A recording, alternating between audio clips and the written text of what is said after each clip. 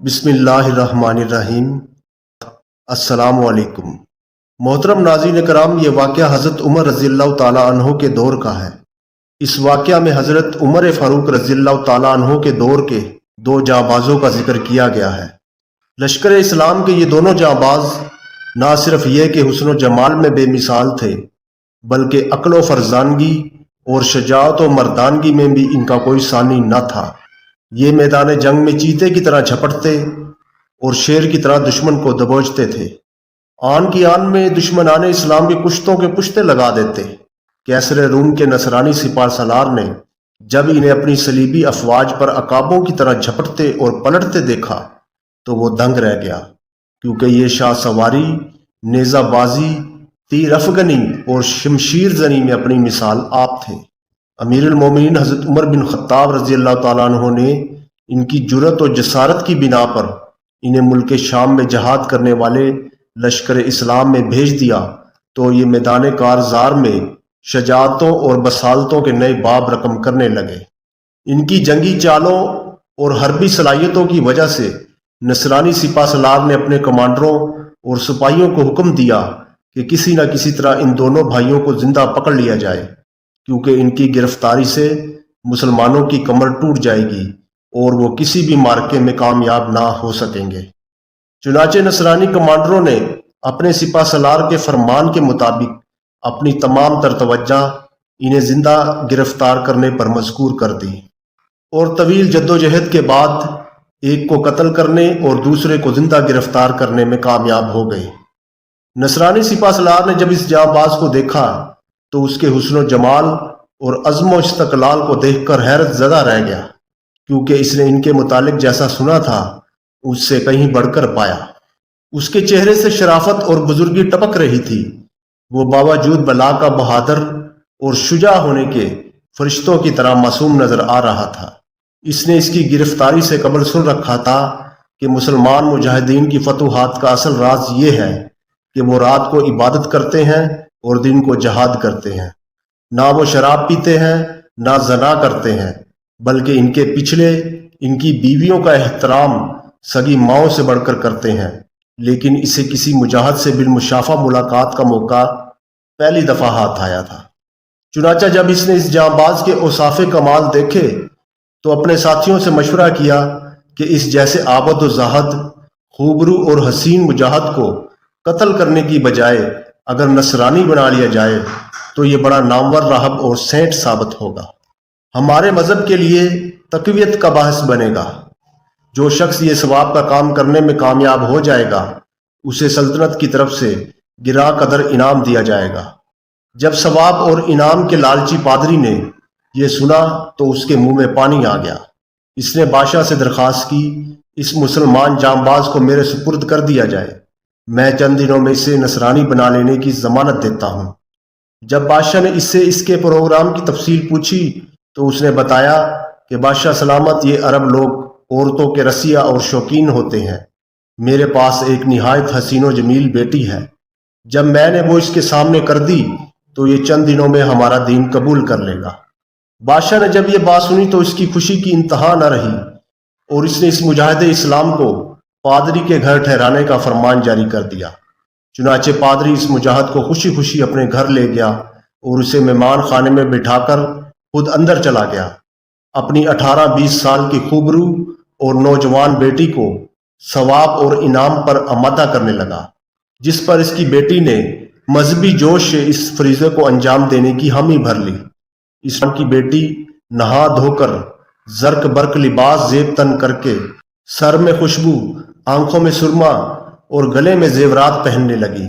پادری نے اس عرصے میں شراب، کباب، پھل اور کھانا تیار کر لیا اور اپنی بیٹی کو مہمان کی ہر خواہش کی تعمیل کرنے کا حکم دے کر دروازہ بند کر دیا۔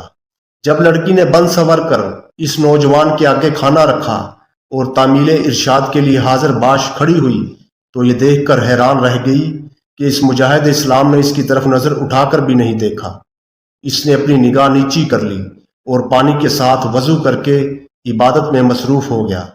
اللہ تعالیٰ نے اس مجاہد کو سریلی آواز اور خوش الحانی سے قرآن کی تلاوت کرنے کا ملکہ نصیب فرمایا تھا، جب اس نے میٹھی آواز سے قرآن پڑھنا شروع کیا تو اللہ تعالیٰ نے اسے ایمان کی پختگی اور قلب کی سلامتی عطا کر دی۔ وہ حور تمثال اپنا پروگرام بھول کر قرآن پاک پر اس قدر فریفتہ ہوئی کہ وہ کھانا پلانا بھول گئی اور وہ مسلمان ہونے کا سوچنے لگی۔ جب اس حال میں 7واں دن گزرا تو لڑکی کا پیمانہ صبر لبریز ہو گیا اور وہ نوجوان کے قدموں میں بیٹھ گئی اور کہنے لگی، تجھے تیرے دین کا واسطہ دیتی ہوں، ذرا میری بات تو سن اور میری طرف دیکھ تو صحیح۔ اس نے کہا، اچھا بات کرو، میں سن رہا ہوں۔ کہنے لگی، مجھے مذہب اسلام سے آگاہ کیجیے کہ وہ کیسا مذہب ہے اور اس میں داخل ہونے کا طریقہ کیا ہے۔ مجاہد اسلام نے اس کے سامنے اسلام کی خوبیاں بیان کی تو وہ مسلمان ہو گئی اور نماز کا طریقہ سیکھنے لگی۔ جب اس نے نماز سیکھ لی تو کہنے لگی، بندہ خدا، بے شک میں مسلمان ہو گئی ہوں، لیکن رہنا میں نے تیرے ساتھ ہی ہے۔ نوجوان نے گھبرا کر پوچھا، اس کا کیا مطلب؟ تو اس نے کہا کہ مجھ سے نکاح کر لو۔ لڑکی نے دل کی بات کہہ دی۔ مجاہد نے کہا، یہاں نکاح کیسے ہو سکتا ہے؟ نہ کوئی ولی نہ گواہ، جبکہ اسلام میں ولی اور گواہوں کے بغیر نکاح نہیں ہو سکتا۔ اگر تو یہاں سے رہائی کی کوئی تدبیر کرے تو ایسا ممکن ہے۔ تو لڑکی نے کہا کہ یہ میری ذمہ داری ہے، میں یہ کام کر سکتی ہوں۔ چنانچہ اس نے اپنے باپ کو بلایا اور کہا، اے ابا جان، یہ مجاہد اسلام مجھ پر فریفتہ ہو گیا ہے اور اس کا دل نرم ہو گیا ہے۔ میں نے اسے نصرانیت قبول کرنے کی دعوت دے دی ہے، لیکن اس نے یہ عذر پیش کیا ہے کہ جس شہر میں میرا بھائی قتل ہوا وہاں میں یہ کام کیسے کر سکتا ہوں۔ ہاں، اگر مجھے یہاں سے نکال کر کسی اور بستی میں رکھا جائے تو میرا دل قرار پکڑے گا، اور جب میرے دل سے اپنے بھائی کے قتل کا غم دور ہو گیا تو ممکن ہے میں تمہارا مقصد پورا کر دوں۔ ابا جان، اگر آپ مجھے اس کے ساتھ دوسرے گاؤں بھیج دیں تو میں ضمانت دیتی ہوں کہ یہ ہمارے مذہب میں داخل ہو جائے گا۔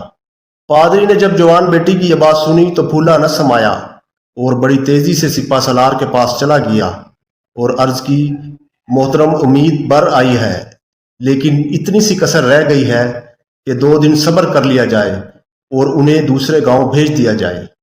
سپہ سالار نے جب پادری کی زبانی تفصیل سنی تو بہت خوش ہوا۔ وہ اپنے مذہب کی ترویج و اشاعت کا بڑا متمنی تھا۔ اس کی سب سے بڑی خواہش تھی کہ کاش دین نصرانیت دنیا کا بڑا مذہب بن جائے۔ چنانچہ یہ جوڑا قریبی گاؤں میں چلا گیا، لیکن کیا مجال کہ اس مجاہد نے دن کی روشنی یا رات کی تاریکی میں اس لڑکی کو ہاتھ بھی لگایا ہو۔ تنہائی میں غیر محرم مرد اور عورت کے درمیان تیسرا شیطان ہوتا ہے، لیکن مسلسل جہاد کرتے اور جان ہتھیلی پر رکھنے کی وجہ سے نوجوان کے ایمان میں اتنی قوت پیدا ہو چکی تھی کہ شیطان کو حملہ کرنے کی جرت نہ رہی۔ جب تیسرے دن کی رات ہوئی تو یہ دونوں عشاء کے بعد وہاں سے نکل پڑے اور ساری رات چلتے رہے۔ جب صبح صادق کا وقت ہوا تو دونوں راستے سے الگ ہو کر نماز کی تیاری کرنے لگے۔ ابھی یہ نماز میں ہی مصروف تھے کہ یکا یک گھوڑوں کی ٹاپیں سنائی دی۔ نوجوان نے کہا، خدا کی بندی، ہم پکڑے گئے، یہ تو نصارہ کا دستہ ہے اور ہم پر چھاپا مارنا چاہتا ہے۔ ساری رات چلتے چلتے ہمارا گھوڑا بھی تھک گیا ہے۔ تو وہ کہنے لگی، افسوس، تم ڈر رہے ہو اور خوف زدہ ہو گئے۔ اس نے جواب دیا، ہاں۔ تو وہ کہنے لگی، وہ بات کہاں گئی جو آپ نے مجھے اپنے رب کی قدرت کاملہ کے متعلق بیان کی تھی؟ آؤ ہم اللہ کے سامنے گریہ زاری کریں، شاید وہ ہماری سن لے اور ہماری مدد فرمائے۔ تو نوجوان نے کہا، ٹھیک ہے۔ چنانچہ دونوں نے بڑی آہوزاری اور گریہ و بکا سے دعا کرنا شروع کر دی۔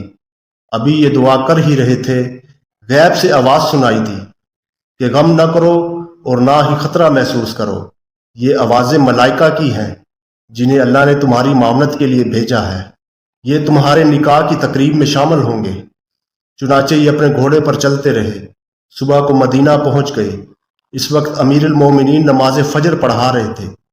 آپ رضی اللہ تعالیٰ عنہ کی عادت مبارک تھی کہ سو کر جاگنے والوں اور وضو کرنے والوں کی خاطر وہ جماعت کی پہلی رکعت کو لمبی کرتے تھے تاکہ دیر سے آنے والوں کو جماعت مل سکے، اور دوسری رکعت ذرا ہلکی پڑھتے۔